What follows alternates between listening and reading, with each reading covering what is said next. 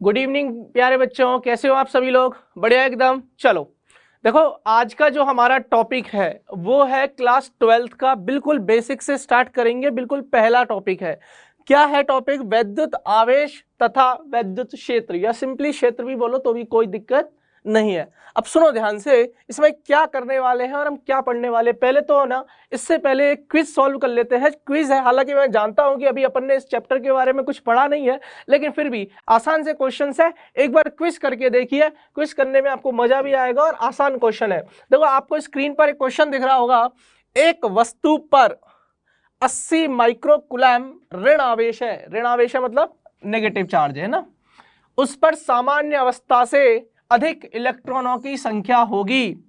चलिए इसको सॉल्व करिए। आसान क्वेश्चन है, बहुत आसान क्वेश्चन है, सॉल्व करो इसको।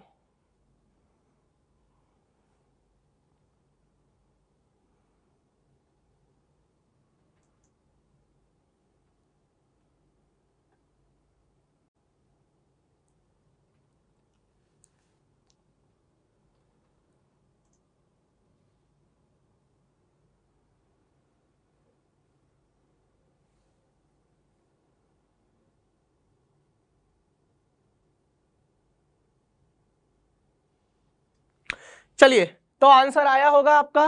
क्या आंसर आया? आंसर है बेटा सी। कितने बच्चों का आंसर? कितने बच्चों का आंसर सी आया? अच्छा सुनो, एक और क्वेश्चन है आपके सामने। वस्तुओं को आवेशित करने की कितनी विधियां? पिछले वाले का आंसर बताएंगे, उसको डिस्कस भी करेंगे, लेकिन पहले एक और क्विज कर लीजिए। क्विज है। क्वेश्चन नंबर दूसरा ये रहा कि वस्तुओं को आवेशित करने की कितनी विधियां हैं। क्या आपको पता है? किसी ना किसी ने तो पढ़ा होगा। और हाँ, ये कोई बहुत बड़ा और बहुत टफ क्वेश्चन नहीं है, छोटा क्वेश्चन है, कर सकते हो। कुछ नहीं है इसमें, तो सीधा पढ़ते ही अगर आंसर याद है तो टिक करोगे, वरना तो बैठे रहोगे। सीधी सी बात है। क्या आपने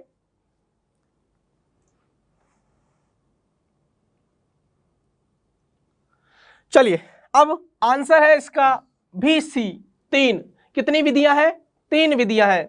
चलो, अब क्या है पहला क्वेश्चन क्विज का, सुनो ध्यान से। एक वस्तु है जिस पर 80 माइक्रोकूलम है। आपको पता होना चाहिए कि माइक्रो मतलब क्या होता है। 1 माइक्रो बराबर होता है 10 की घात -6। ये आपको पता होनी चाहिए। एक संख्या है बस, ये सिर्फ संख्या है। पीछे जो लग जाएगा, जैसे मीटर लग जाएगा तो दूरी, कुलाम लग गया तो आवेश, लेकिन ये माइक्रो जो है अभी तक एक संख्या है। पता है इतनी बात? 1 माइक्रो बराबर 10 की घात -6। ऐसे कितने माइक्रो है? 80 माइक्रो। इसका मतलब सर 80 इंटू 10 की घात -6। ये आवेश है आपके पास Q। ये आवेश है आपके पास Q। और ऋण आवेश है। क्या है? ऋण आवेश है। ये लो, ऋण आवेश है। समझ में आई बात? ध्यान से सुनना, मजा आएगा।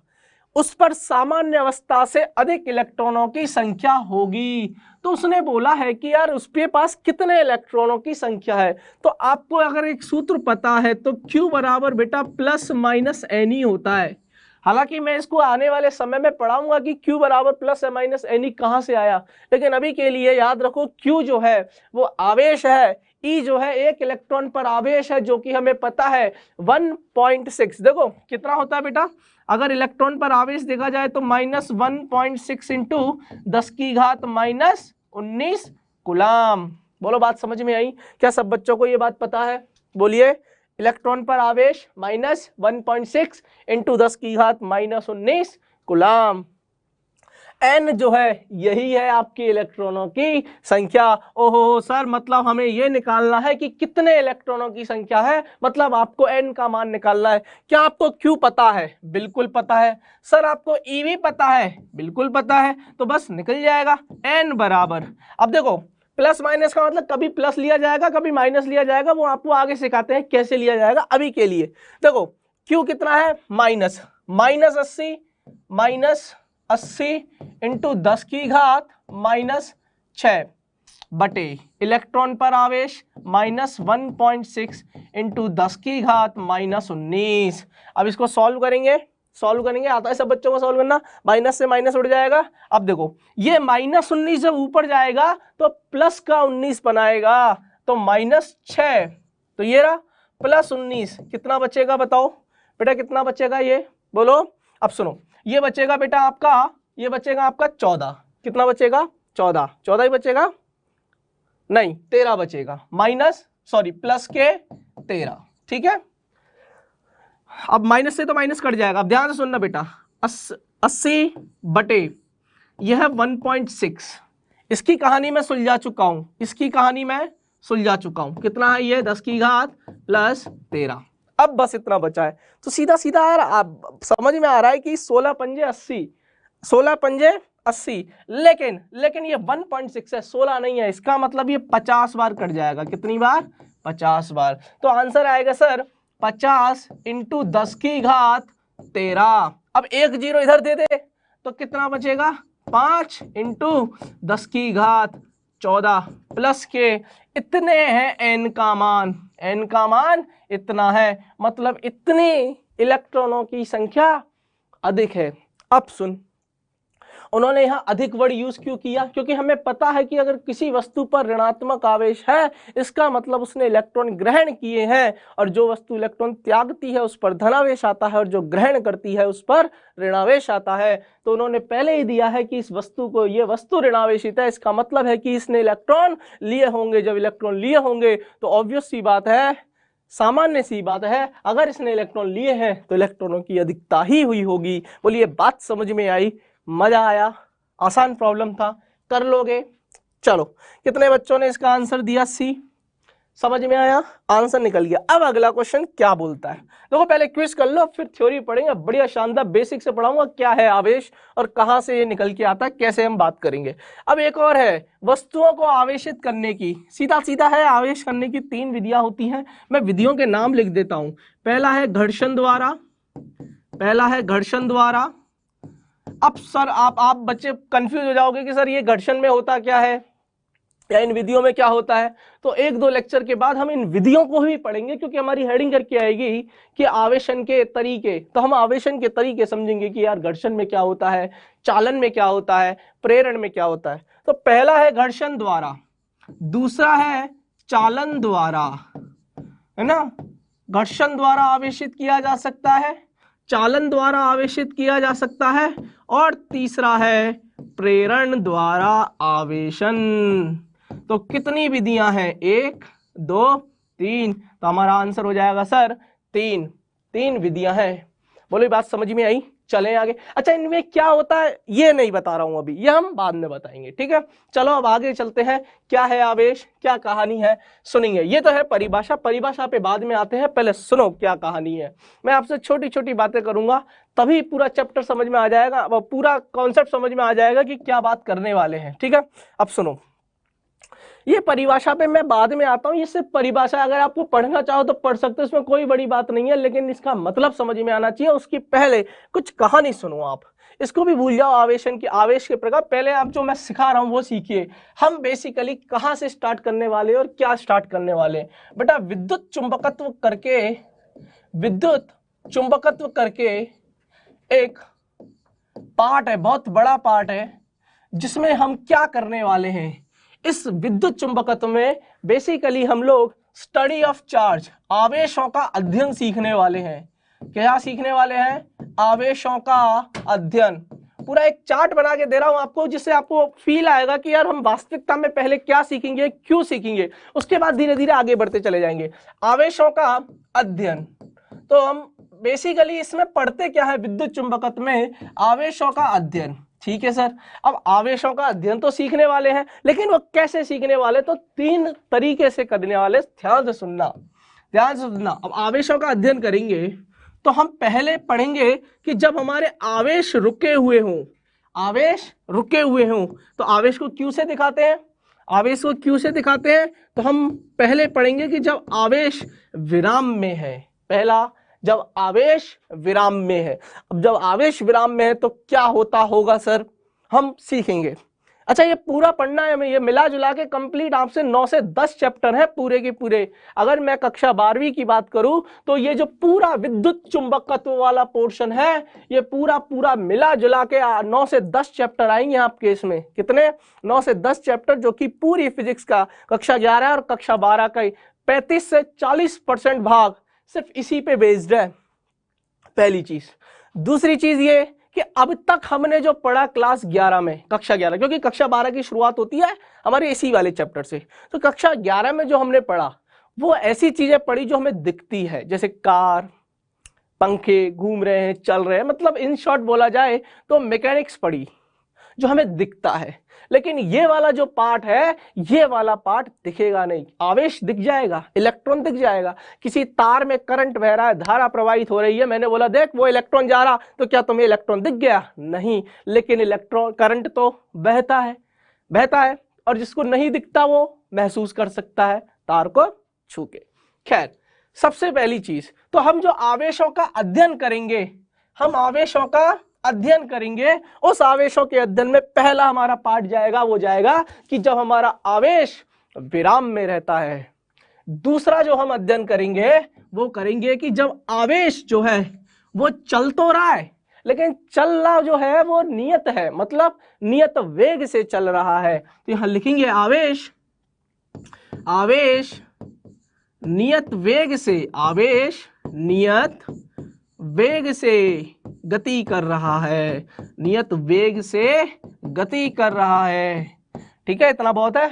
आवेश नियत वेग से गति कर रहा है। और तीसरा, अच्छा, नियत वेग से गति करना मतलब सर त्वरण का मान 0, त्वरण का मान 0। और अगर Q 0 है, मतलब मैंने Q 0 नहीं, Q विराम में है, तो इसका मतलब यह है कि सर वेग भी 0 है। तो पहली कंडीशन में तो वेग ही 0 है, लेकिन दूसरी कंडीशन में वेग तो है सर, लेकिन उसका त्वरण नहीं है। जो भी चीज कक्षा 11 में आपने सीखी होगी बेटा कि जो भी चीज नियत चाल से या नियत वेग से चल रही है, तो याद रखना त्वरण 0 होता है। चलिए अब बात करते हैं सर तीसरा प्रकार। देखो बहुत बड़ा पार्ट है, हम एक एक पार्ट पढ़ेंगे।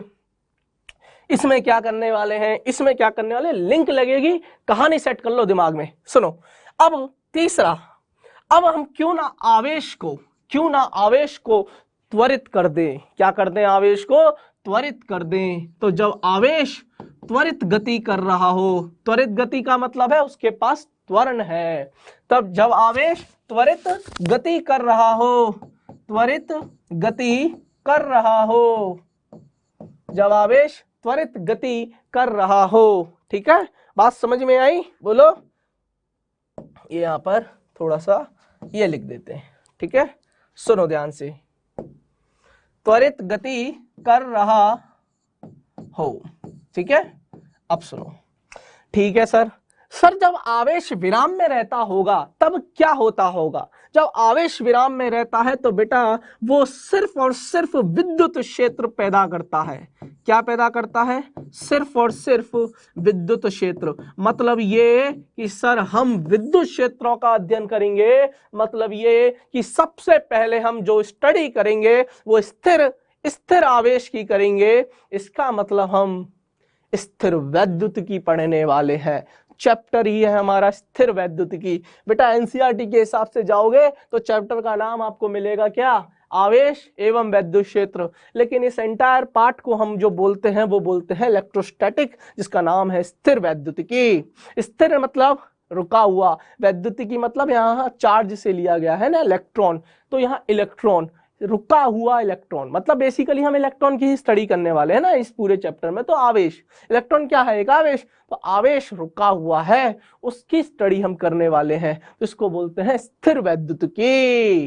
बात समझ में आई? हाँ सर, बहुत बढ़िया, मजा आ गया। तो बेटा विद्युत क्षेत्र को हम दिखाते हैं ई से, और ये याद रखना ई एक सदिश राशि है। ये ठीक वैसी ही कहानी है जब आपने कक्षा 11 में गुरुत्वाकर्षण नाम का चैप्टर पढ़ा होगा, तो वहां पर याद करो पृथ्वी का गुरुत्वीय क्षेत्र होता है, जैसे वहां गुरुत्वीय क्षेत्र होता है ऐसे ही आवेशों का विद्युत क्षेत्र होता है, और ऐसे ही चुंबकों का चुंबकीय क्षेत्र होता है। हमने गुरुत्वीय क्षेत्र के बारे में बात कर ली। हम मेन जो इस पूरी क्लास में पढ़ने वाले हैं 12th में, वो विद्युत क्षेत्र और चुंबकीय क्षेत्रों के अध्ययन करने वाले हैं। बोलो बात समझ में आई? हाँ सर। अब सुनो कहानी। जब आवेश आपका नियत वेग से गति कर रहा है, इसका मतलब है कि त्वरण 0 है।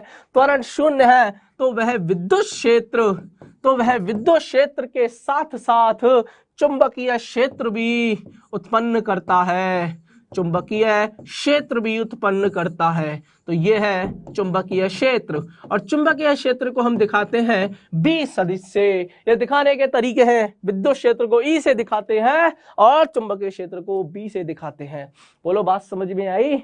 हाँ सर, बिल्कुल सही। अब चीजें अब तुम्हारे दिमाग में आ रही है कि यार आवेश अगर रुका है तो सिर्फ विद्युत क्षेत्र की बात करूंगा, आवेश चल रहा है लेकिन चलते हुए भी वो नियत वेग से चल रहा है, तो मैं सिर्फ विद्युत क्षेत्र और चुंबकीय क्षेत्र पैदा तो करता है, वो उत्पन्न करता है, लेकिन हम जो मेन स्टडी करेंगे वो करेंगे चुंबकीय क्षेत्र की। क्यों? क्योंकि विद्युत क्षेत्र की तो कर चुके हैं ना, विद्युत क्षेत्र की स्टडी कर चुके, तो मेन हमें किसकी करनी है? मेन करनी है हमें सर चुंबकीय क्षेत्र की।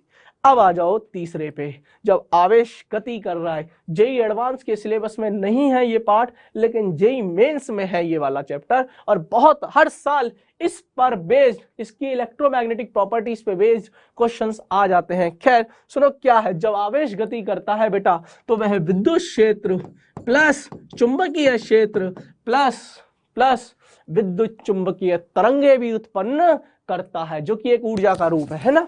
तो हम लोग लिख सकते हैं विद्युत चुंबकीय तरंगे, इलेक्ट्रोमैग्नेटिक वेव। लिखो पूरा लिख दूं, विद्युत चुंबकीय तरंगे। बोलिए बात समझ में आई? ये सब चीजें बाद की बात है। तो हम देखो विद्युत चुंबकत्व की कहानी स्टार्ट हुई। विद्युत चुंबकत्व में मेन आवेशों का अध्ययन, आवेशों के अध्ययन में हमने 3 पार्ट में तोड़ा है। हम पहले पढ़ेंगे जब आवेश हमारा विराम में है, रुके हुए आवेश की स्थिर आवेश का अध्ययन करने वाले हैं।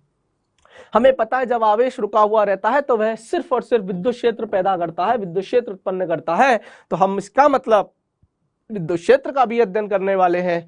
हाँ बेटा बिल्कुल करने वाले हैं। क्लियर है? पिक्चर इतनी क्लियर है। अब जब यहां तक की पिक्चर क्लियर हुई है तब थोड़ा सा मजा आएगा। अब जब सर हम इन सब चीजों को पढ़ना चाहते हैं, हम रुके हुए आवेश की स्टडी करना चाहते हैं, तो पहले वो चीज तो जान लीजिए कि जिसके कारण से, जैसे कि ये आवेश के कारण से विद्युत क्षेत्र आया तो हम इसकी स्टडी करेंगे, लेकिन जिसके कारण से आया, मेन जो कारण है आवेश, पहले आवेश को तो जान लो कि आवेश क्या होता है, आवेश क्या होता है, आवेश की प्रॉपर्टीज क्या होती हैं। छोटी छोटी बातें हैं, बहुत सारे बच्चों को ये इनमें से कुछ बातें पता होंगी, मैं सारा रिवाइज करवा देता हूं फटाफट से। आओ मेरे साथ, क्या कहानी है। देखो सबसे पहले तो यहां आपको दिख रहे होंगे आवेश के प्रकार, क्या दिख रहे होंगे, इसको नोट कर लो। मैं बेटा इसको मिटा देता हूं, है ना, इसको मिटा देता हूं, इसको नोट कर लो, ठीक है। तो यहां हो जाएगा आवेश के प्रकार। अब सुनो, आवेश के प्रकार सब बच्चे जानते हैं सर, 2 प्रकार के आवेश होते हैं। बोलो होते हैं क्या? हाँ सर, एक धनावेश होता है और दूसरा ऋणावेश होता है।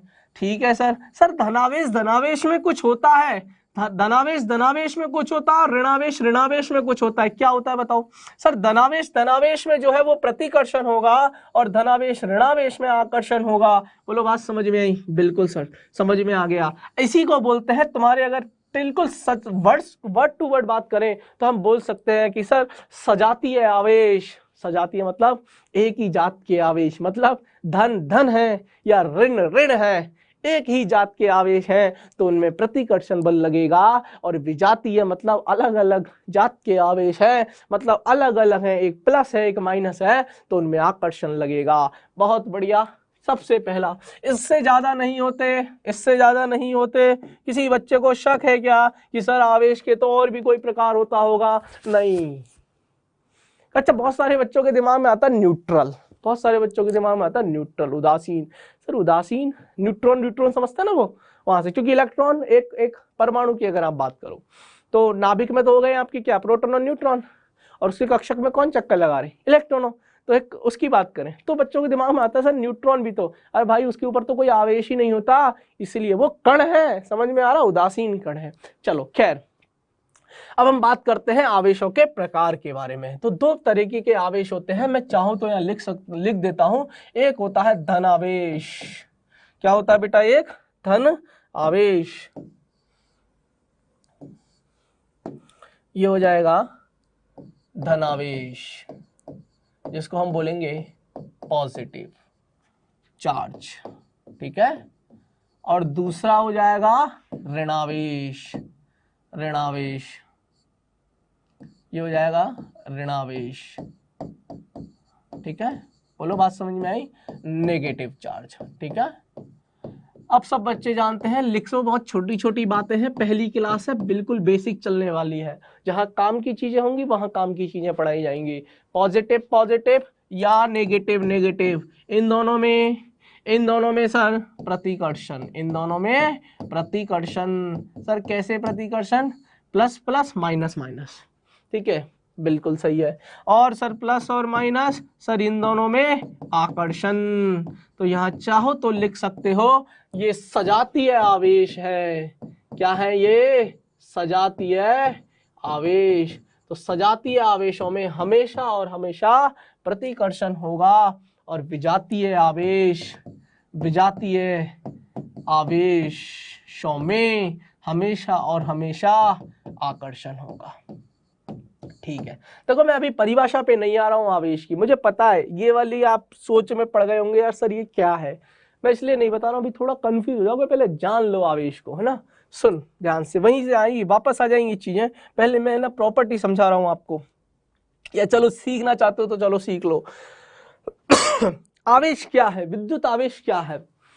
आवेश किसी भी पदार्थ का वह गुण है, अब गुण की बात कर रहा है, जिसके कारण पदार्थ में विद्युत एवं चुंबकीय प्रभाव उत्पन्न व महसूस किए जाते हैं। मतलब आपने देखा होगा, ध्यान से सुनना, बहुत छोटे तरीके से समझा दूंगा आपको। यह है आवेश प्लस, धनावेश मान लिया प्लस क्यू, ध्यान से सुनना। इसके पास अगर मैंने एक और धनावेश रख दिया तो मुझे पता है कि सर प्रतिकर्षण लगेगा, प्रतिकर्षण लगेगा, तो इस आवेश ने, पहले वाले आवेश ने दूसरे वाले आवेश को धकेला, तो इस वाले आवेश ने जब इसको धकेला तो कुछ ना कुछ, अब ऐसा तो नहीं है कि इस आवेश ये खुद ही चला गया, इसको किसी ने धकेला, मतलब इसको इसने धकेला, मतलब ये बेटा कि किसके कारण विद्युत, अब चुंबकीय को भूल जाओ, विद्युत प्रभाव उत्पन्न और महसूस दोनों करता है। जैसे इस आवेश ने अपने आसपास मान ले कोई विद्युत क्षेत्र बना रखा है, क्योंकि यार ये गुण होता है, कोई भी आवेश के आसपास एक क्षेत्र होता है बेटा, जिसको हम बोलते हैं विद्युत क्षेत्र।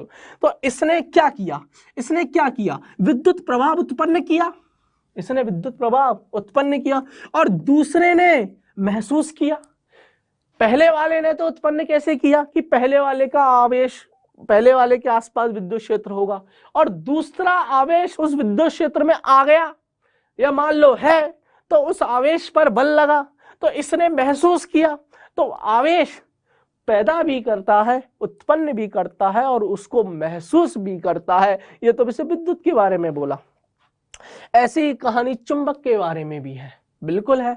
चुंबकीय क्षेत्र में कोई आवेश है तो उस पर कुछ ना कुछ प्रभाव होते हैं, या कोई करंट, कोई चालक है, उस चालक में मान लो धारा जा रही है, तो धारा जा रही है मतलब वह वास्तविकता में कौन बह रहे, सर आवेश बह रहे। वास्तविकता में कौन बह रहे, सर आवेश, क्योंकि आवेशों का प्रवाह ही तो क्या कहलाती है, विद्युत धारा। तो बेटा जब कोई चालक तार में धारा प्रवाहित होती है तो उसके आसपास चुंबकीय क्षेत्र उत्पन्न हो जाता है। क्या उत्पन्न हो जाता है उसके आसपास, चुंबकीय क्षेत्र उत्पन्न हो जाता है। तो देखो ध्यान से सुनना बेटा, और इस चुंबकीय क्षेत्र में अगर कोई आवेश है तो उसके ऊपर कुछ ना कुछ प्रभाव होगा। तो इस आवेश ने चुंबकीय क्षेत्र उत्पन्न भी किया, और उस चुंबकीय क्षेत्र में अगर वो खुद आ जाए तो उसको महसूस भी करेगा, वो आवेश है। तो आवेश समझ में आया, तो आवेश विद्युत तथा चुंबकीय प्रभावों को उत्पन्न भी करता है और उनको महसूस भी करता है। बिल्कुल समझ में आई बात, है ना, ठीक है। अब सुन, जैसे कि अब ये वाली लाइन सुन कि किसी वस्तु में इलेक्ट्रॉन की अधिकता या कमी होना आवेश को प्रदर्शित करती है। कैसे, बहुत छोटी सी कहानी है, सुन। जैसे मैंने ले लिया, मान लेते हैं कि कोई कॉपर ही ले लेते, चलो बहुत अच्छे से समझा देते हैं इसको, थोड़ा सा अंदर चले जाते हैं, सुनो कॉन्सेप्ट में, सुन ध्यान से सुनना, मजा आएगा। मैंने बोला कि एक कॉपर है, मान ले, ठीक है, Cu दिखाते हैं, कॉपर है बेटा। कॉपर का अभिविन्यास परमाणु क्रमांक 29। अगर इसका इलेक्ट्रॉनिक अभिविन्यास लिखेगा तो 1s2 2s2 2p6 3s2 3p6 4s1 3d10, ये सबको पता है बेटा, सबको पता है। गिल्ले गिल्ले 6 और 2 4 10, 2 12, 6 18, 18 10 28 और 1 29। जितने परमाणु क्रमांक होता है उतनी ही इलेक्ट्रॉनों की संख्या होती है, उतनी ही प्रोटॉनों की संख्या भी होती है। ठीक है, ये चीज केमिस्ट्री वाला पोर्शन है कि सर आपने एस में 2 क्यों नहीं भरे, आपने एस में 1 ही क्यों भरा, है ना। ये चीज आप जान लो, क्रोमियम के साथ और कॉपर के साथ होता है। खैर, जो मुझे मतलब है, मुझे इस चीज से मतलब है बेटा कि बाह्यतम कोश के जो इलेक्ट्रॉन होते हैं ना, उनको बेटा मुक्त इलेक्ट्रॉन बोला जाता है ना, मुक्त इलेक्ट्रॉन होते हैं बेटा। सबसे पहली चीज तो एक चालक की अगर आप बात कर रहे हो, कॉपर है, चालक तार है, कॉपर की अगर आप बात कर रहे हो, चालक तार की अगर आप बात कर रहे हो, उसमें मुक्त इलेक्ट्रॉनों की संख्या है और यही इलेक्ट्रॉन जो होते हैं वो प्रवाहित होते हैं।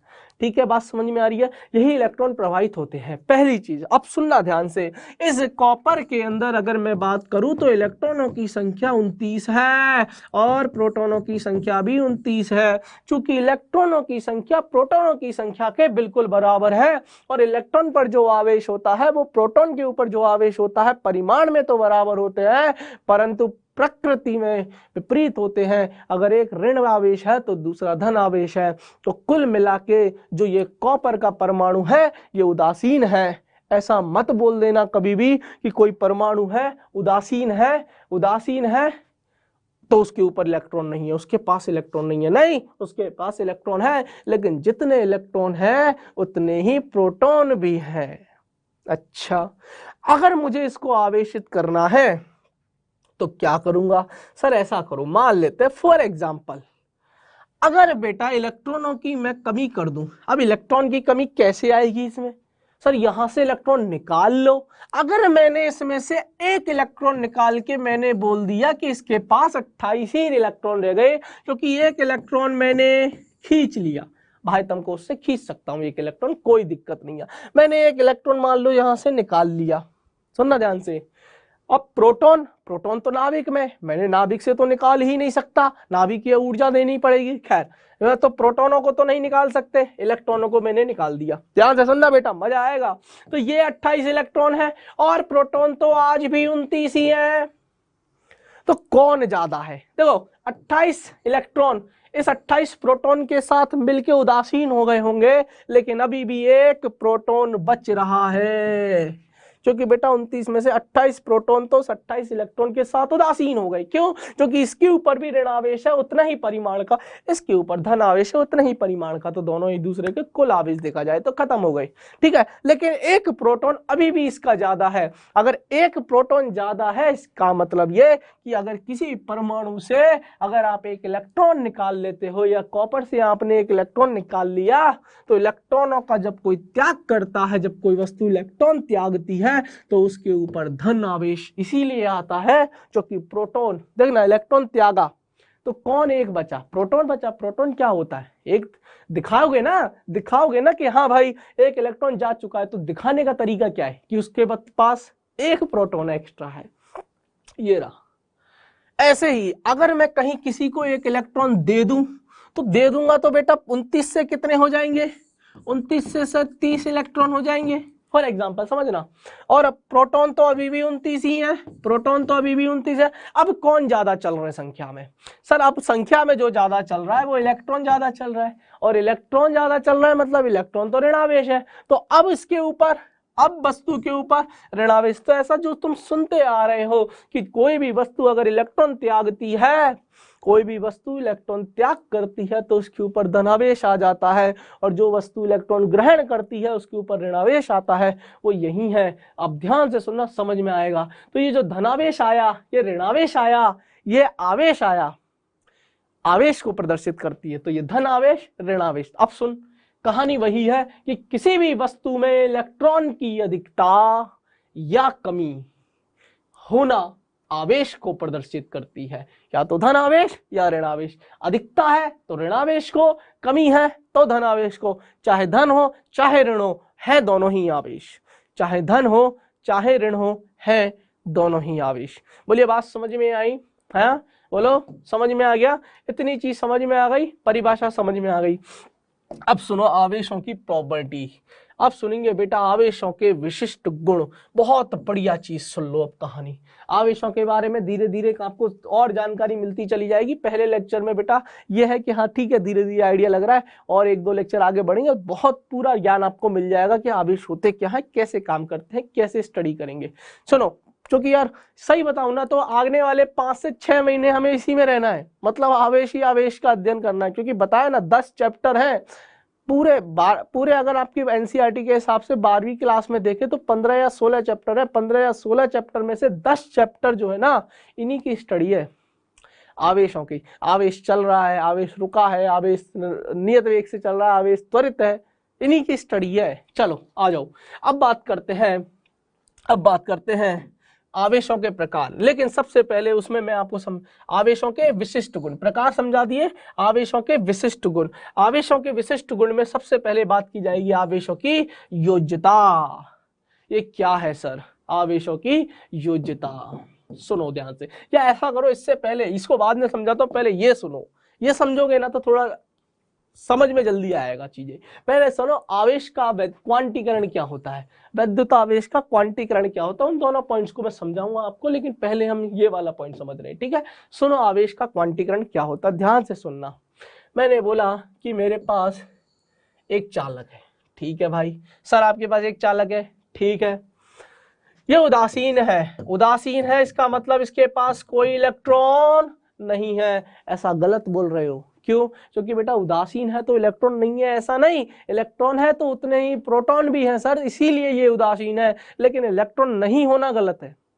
ऐसा नहीं बोल सकते कि कोई वस्तु अगर उदासीन है तो उसका मतलब है कि उसके पास इलेक्ट्रॉन नहीं है। उसके पास इलेक्ट्रॉन तो है, लेकिन जितने इलेक्ट्रॉन है उतने ही प्रोटॉन है, जिसके कारण से कुल आवेश कुछ नहीं आता है, इसलिए उदासीन है।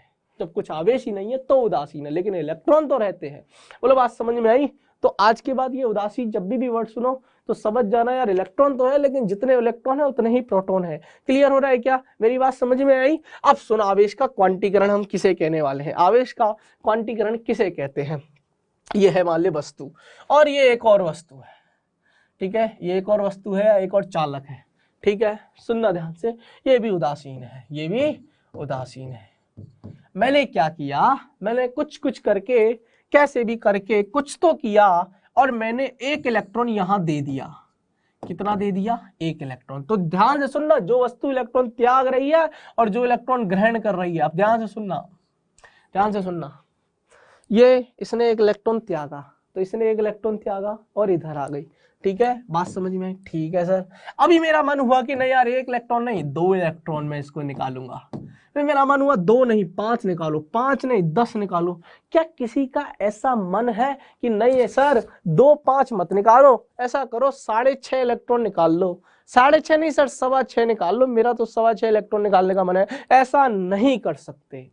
उसकी वजह सर, वजह ये कि सबसे छोटा अगर आवेश बात किया जाए ना दुनिया में, सबसे छोटा स्मॉलेस्ट चार्ज और सबसे छोटा आवेश, तो सबसे छोटा आवेश बेटा इलेक्ट्रॉन ही है। अब आप बोलोगे सर इलेक्ट्रॉन तो है, लेकिन सर अब तो नए नए पार्टिकल्स की खोज हो गई, क्वार्क वार्क भी है। हालांकि तुम्हें इससे कोई मतलब नहीं है, ऐसे ही बता रहा हूं। लेकिन बस दिमाग में रखना, क्वार्ट्स करके नहीं पार्टिकल्स आए हैं जो ±e/3 ±2e/3 होते हैं। लेकिन बेटा ये मुक्त रूप में स्थायी नहीं होते, इसलिए हम इनकी बात नहीं करते। अभी तक की खोज में जो हमको सबसे छोटा आवेश मिला है, या सबसे छोटा जो है वो इलेक्ट्रॉन है, तो सबसे छोटा आवेश इलेक्ट्रॉन है। इसको और नहीं छोटा किया जा सकता और नहीं तोड़ा जा सकता। यही वजह है कि अगर मुझे किसी वस्तु से एक इलेक्ट्रॉन निकालने होंगे तो मैं पूरा एक इलेक्ट्रॉन ही निकालूंगा, आधा नहीं निकाल सकता, सवा नहीं निकाल सकता, 1.5 नहीं निकाल सकते कि नहीं यहां से 1.5 इलेक्ट्रॉन निकाल लो, नहीं निकाल सकते। क्यों? क्योंकि मुझे पूर्णांकों में बात करनी है। सोच के देखो बेटा, अगर आपने 1 इलेक्ट्रॉन निकाला, 2 निकाला, तो कौन सी वस्तु त्याग रही है? सर पहली त्याग रही है। कौन ग्रहण कर रही है? सर दूसरी वस्तु ग्रहण कर रही है। आपने अभी अभी सीखा कि जो वस्तु इलेक्ट्रॉन ग्रहण करेगी उसके ऊपर माइनस, अधिकता है ना भाई, अधिकता को कैसे दिखाते हो, ऋण आवेश से। तो सोच के देख, एक ही निकाला, दो ही निकाला, 1000 ही, 5000 ही, 10,000 ही, ऐसे n ई इलेक्ट्रॉन अगर मैं यहां से निकाल लूं, कितने n ई इलेक्ट्रॉन अगर मैं निकाल लूं, तो सर इसके ऊपर -n आवेश आ जाएगा। बोलो यार, बोलो यार। तो सर इसके ऊपर +n आ जाएगा, तो इसके ऊपर +n। तो आवेश का क्वांटीकरण यही बोलता है कि किसी वस्तु से अगर आपको आवेश निकालना है तो वो हमेशा और हमेशा +-n के फॉर्म में ही निकलेगा, n के रूप में ही निकलेगा। मतलब ये कि या तो देखो, इस वस्तु ने इलेक्ट्रॉन त्यागा, इस वस्तु ने इलेक्ट्रॉन त्यागा, इसने ग्रहण किया, जिसने त्यागा उसका +n, जिसने ग्रहण किया उसका -n। बात समझ में आई? बोलिए यार, बात समझ में आई? तो Q बराबर +-n। जब भी इलेक्ट्रॉन निकालोगे पूर्णांक के रूप में निकालोगे, इसका मतलब ये है सर कि n जो है वो पूर्णांक है, n जो है वो पूर्णांक है। बोलिए, बात समझ में आई? n जो है वो पूर्णांक है। अच्छा, और आवेश की क्या बातें कर सकते हैं बताओ? सर आवेश एक अदिश राशि है, बिल्कुल सही। ऐसा नहीं है कि आवेश के पास कोई दिशा होती है कि भाई मेरी तरफ आवेश तो उत्तर दिशा में तो +2 कूलम है और दक्षिण दिशा में -3 कूलम है। ऐसा कुछ नहीं है, दिशा का इसमें कोई रोल नहीं है। आवेश एक अदिश राशि है और अदिश राशियां वे राशियां होती हैं जिनमें केवल और केवल परिमाण होता है, उनमें दिशा की कोई आवश्यकता नहीं होती।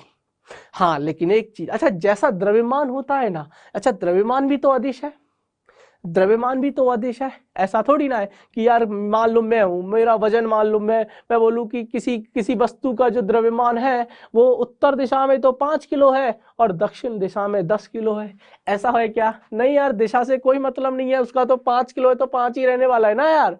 समझ में आ रहा है? तो द्रव्यमान जो है ना वो एक अदिश राशि है।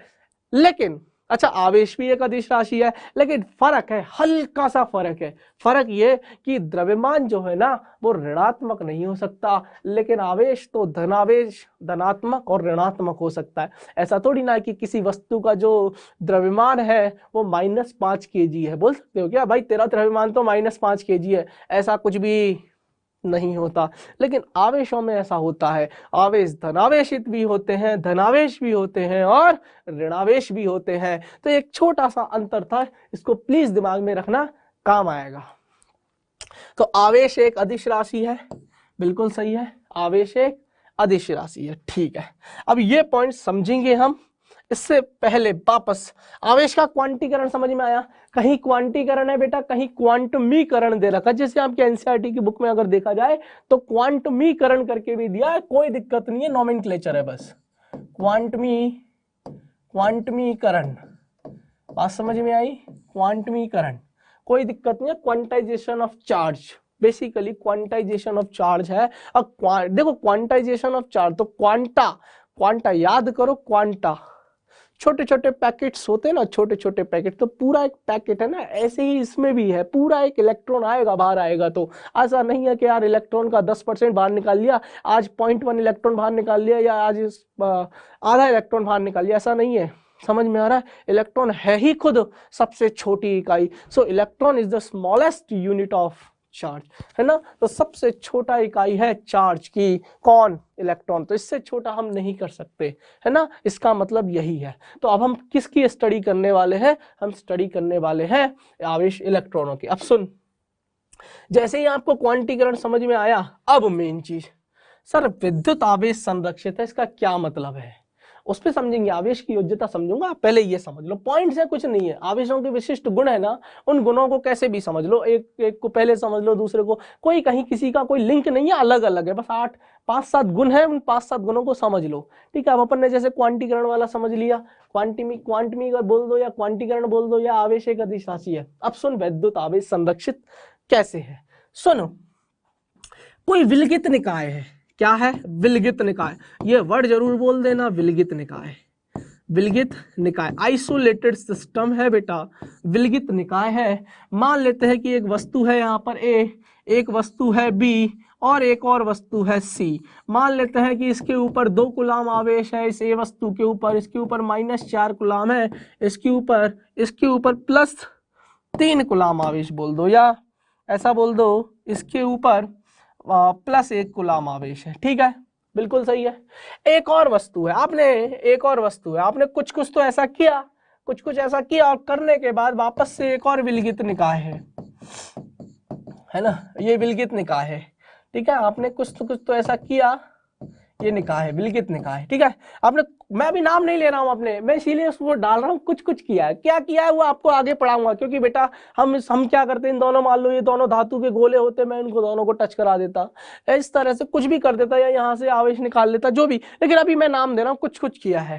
ठीक है, तो फाइनली जो आवेश आया है ए वस्तु पर, कुछ करने के बाद वो आ गया कि +1 कूलाम, और बी वाले पर आ गया -3 कूलाम। तो बताओ इस सी वाले पर कितना आवेश आया होगा, इस सी वाले पर कितना आवेश बचा होगा। तो तुमने कॉमन सेंस पता है क्या लगाया, तुमने कॉमन सेंस ये लगाया कि यार आवेश जो है ना वो संरक्षित है, मतलब ये कि आवेश को ना तो उत्पन्न किया जा सकता है ना नष्ट किया जा सकता है। इसी फंडे पे आपने क्या लॉजिक लगाया कि यार टोटल आवेश, कुल आवेश इस निकाय का कितना है। अब आवेश जो है वो अदिश राशि है, तो सीधा बीजगणितीय योग कर दीजिए। तो देखो +2 कूलाम +2 -4 +1, ठीक है, ये बराबर होगा पहले का आवेश बराबर बाद में आवेश, कुछ करने से पहले का आवेश बराबर कुछ करने के बाद का आवेश। समझ में आया, यही तो संरक्षित है, यही तो संरक्षण का सिद्धांत है। तो सुन, यहां इतना आवेश तो पहले था, तो बाद में भी इतना ही रहना चाहिए, क्योंकि आवेश नष्ट नहीं किया जा सकता। और आवेश अगर नष्ट नहीं करोगे तो कुल मिला के मान लेते हैं कि सर इसके ऊपर x आवेश है, तो बराबर होना चाहिए +1 -3 +x। अब निकाल लो सर, ये कितना बचेगा, 2 - 4 -2 +1 -1 बराबर, सर ये हो जाएगा 2 1 -3 -2 1 -3 -2 +x। तो सर -2 उधर जाएगा, +2 बन जाएगा, तो x बराबर हो जाएगा +2 - 1, तो x बराबर हो सर, ये तो +1 कूलाम आ गया। इसका मतलब ये है कि सी वाली वस्तु पर जो आवेश आया होगा वो +1 कूलाम आया होगा। ये आपने कैसे निकाला? आपको पता है आवेश संरक्षण, तो आवेशों का एक गुण में ये गुण भी आता है बेटा कि आवेश जो होता है ना वो संरक्षित रहता है इस पूरे ब्रह्मांड में। अगर इस पूरे ब्रह्मांड को मैं एक निकाय मान लूं, तो इस पूरे ब्रह्मांड में जो निकाय अगर मैंने मान लिया, विलगित निकाय अगर मान लिया, तो इसमें आवेश संरक्षित है। बात समझ में आई? बोलो आया, मजा आया? अच्छा पॉइंट था, बहुत कुछ सीखने वाला पॉइंट अभी है और आगे भी आएगा। धीरे धीरे पढ़ते चलो, बेसिक प्रॉपर्टीज है, ये गुण जरूर पढ़ना, क्योंकि यार जब तक हमें आवेश नहीं पता होगा ना, तो आवेश से रिलेटेड और आगे बहुत सारी बातें हमें पता नहीं चलने वाली। तो आवेश क्या है, आवेश के क्या गुणधर्म है, क्या प्रॉपर्टीज है, वो हमें सीखनी पड़ेगी। बोलो बात समझ में आई?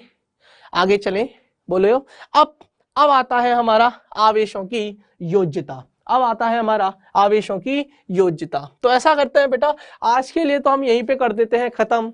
देखो क्योंकि इसमें टाइम लगने वाला है ना, तो इसको टाइम लेके समझाऊंगा। एक आवेशों की योज्यता, और फिर हम लोग पढ़ेंगे यहां से, क्योंकि तीसरा भी समझा चुका हूं, चौथा भी समझा चुका हूं, तो फिर यहां से पढ़ने वाले हैं हम। बोलो बात समझ में आई? तो आवेशों की योज्यता, और उसके बाद हम लोग पढ़ने वाले हैं, और फिर उसके बाद आगे कंटिन्यू करेंगे। तो बोलो समझ में आया? बेसिक था, मजा आना चाहिए। उम्मीद करते हैं आपको पसंद आया होगा, अच्छा लगा होगा।